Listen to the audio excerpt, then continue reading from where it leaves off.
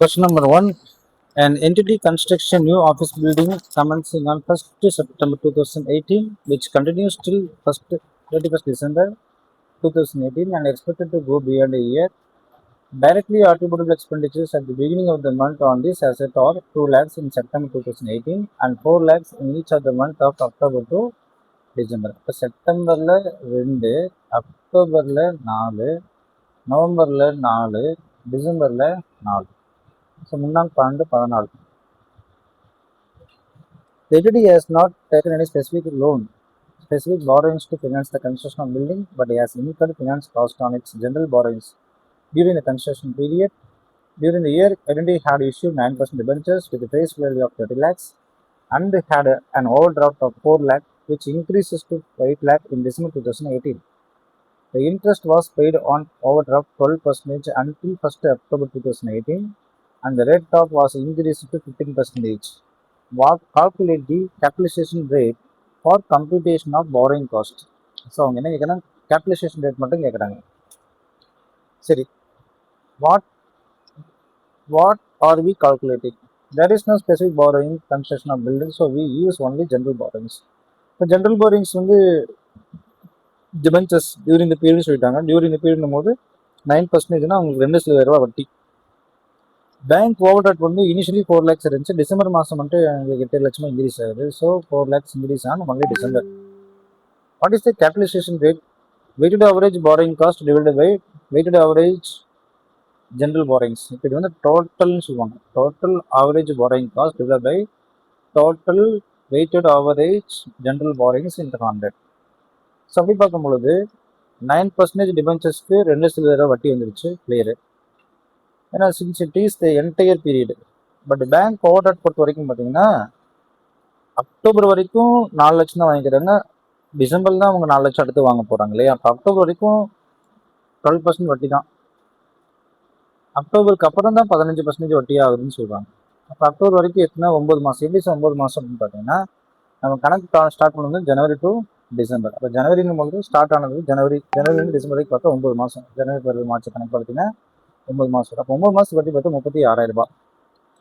தென் October rate வந்து 15% ஆயிடுச்சு.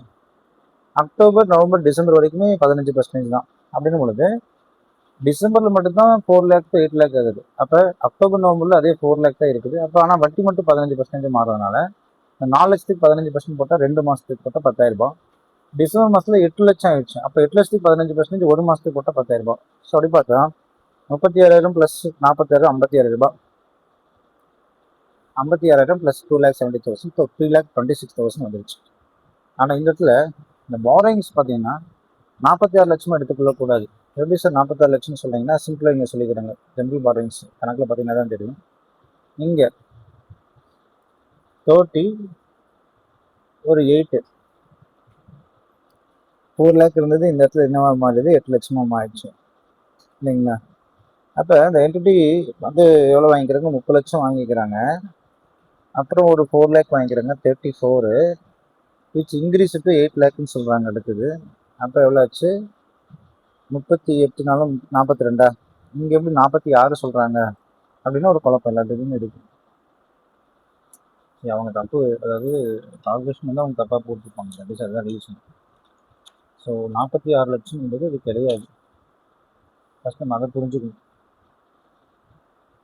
எங்கள் ஓவர் டிராஃப்ட் வந்து 8 லட்சம் கடைசியாக இருக்கும், 8 லட்சம் இருக்குது. அப்போ 38 லட்சம் தான். இவன் தப்பாக சொல்கிறாங்க இந்த இடத்துல. So we cannot simply take the 46 lakh because all borrowings were not outstanding. அவங்க தப்பாக எடுத்துருக்காங்க. 46 லட்சம் என்பது கிடையாது. மிஸ்டேக்ஸ். இப்போ 30 lakhs okay, 4 lakh okay, 8 lakh okay. இந்த 4 lakh அப்படின்றது வந்து 11 மாதம் இருந்திருக்குது. ஸோ இந்த 4 lakh என்பது 11 மாதம். அப்போ 8 லட்சத்துக்கு வந்து நம்ம எவ்வளோ எடுத்துக்கிறோம்னு பார்த்தீங்கன்னா, 8 லட்சம் லோனுடைய சப்ஸ்டான்சியல் பார்ட் வந்து 8 லட்சம். அப்போ 30 + 8 எடுக்கலவங்க 4 lakh வந்து 11 மாதம் இருந்திருக்குது. 8 lakh வந்து ஒரே ஒரு மாதம் இருந்திருக்குது. அப்படி பார்க்கும்போது சப்ஸ்டான்ஷியலாக எடுப்பாங்க. 36 3,66,667 ப்ளஸ்ஸு 66,667. 3,66,667 ப்ளஸ் 66,67 இதுதான் அங்கே இருக்குது. ஸோ இது ரெண்டுத்தையும் நம்ம கூட்டி ஆகணும். நம்ம கால்குலேட்டர் யூஸ் பண்ணலாம். அப்போ அவங்க தெரிஞ்சிடும். 3,26,000 டிவைட் பை 34,33,334 இதான் வந்திருக்கும் ஆன்சர்.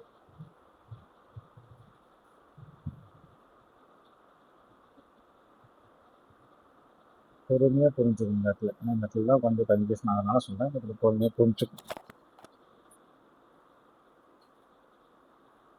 3,66,667 ப்ளஸ்ஸு 66,667. ஸோ இந்த அமௌண்ட் தான் இருந்திருக்கும். ஸோ 8 லட்சம் இல்லை, 4,33,000 தான் குவாலிஃபைங் அமௌண்ட்டு. அப்போ அப்படி போட்டால் ப்ளஸ் ஒரு 30 லட்சத்துக்கு நீங்கள் போட்டினா will get this amount. So 9.5%.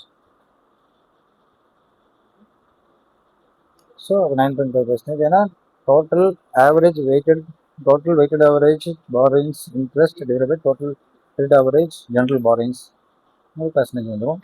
That's answer correct. Thank you.